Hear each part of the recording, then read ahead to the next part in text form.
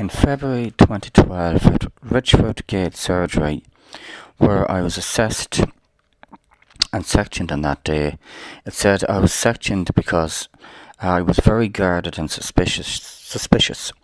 In other words, paranoid.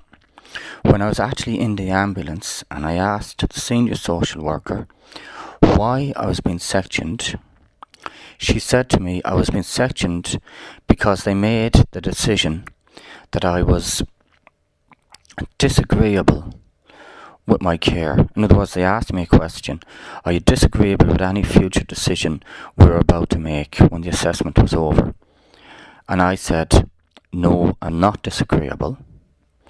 And they came back and they sectioned me and put me in the ambulance with the police. The reason for doing it was I said I was disagreeable. It took them an hour to make the decision to say that I said I was disagreeable.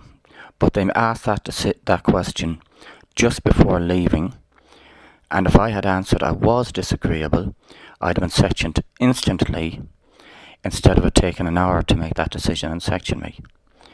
I never said I was disagreeable, I said I was agreeable, and it was stated to me that I was not sectioned because I was suspicious, in other words, paranoid. So I'd like to ask about that, and I'd like you to look into that. Also, to verify it, Dr. Willis thinks I was sectioned for saying I was disagreeable because he's got a bad memory. That's debatable. He might have in fullness of time, he might remember properly or whatever, but the bit about me being sectioned for being paranoid, if he thinks I was sectioned for being disagreeable, and that's the reason, where does the whole thing about being paranoid come from, or suspicious?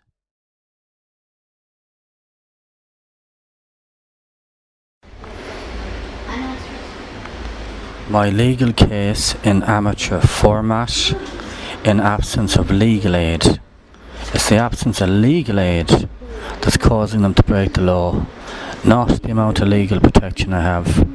They're moving in when they don't know I have a lawyer, and they're moving in to cover their own liability, and they're getting away with it.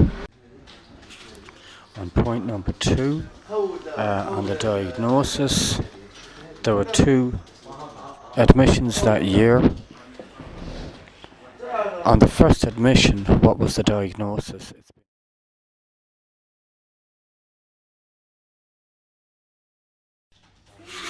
On the second admission, the symptoms that were given,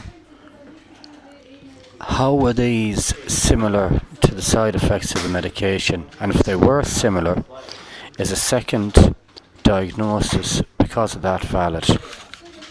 In other words, you're mixing up the symptoms of the medication with the symptoms of what you say is an illness.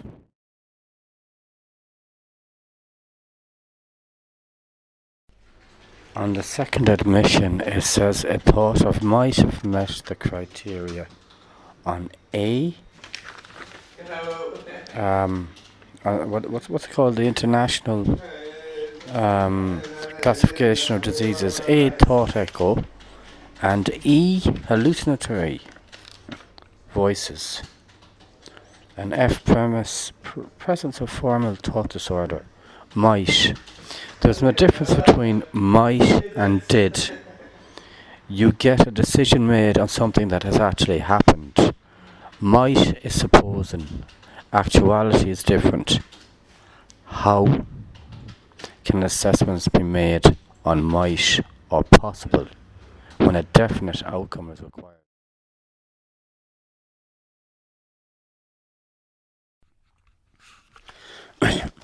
In the consultation with Dr. Qureshi on the 16th of September 2010, it is said she noted at that consultation that I hear voices in my head and I'm convinced others can hear and read my thoughts.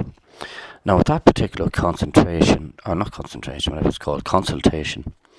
Nicolawakeham was present, and she can verify that I've never said to her or at that consultation or at any time that I'm convinced others can hear and read my thoughts. I've never said it, and I never said it at that consultation with Dr. Qureshi.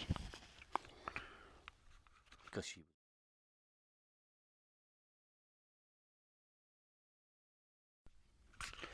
In issue 1.1, I'm very bad at this categorization. Who made the diagnosis of schizophrenia in 2004?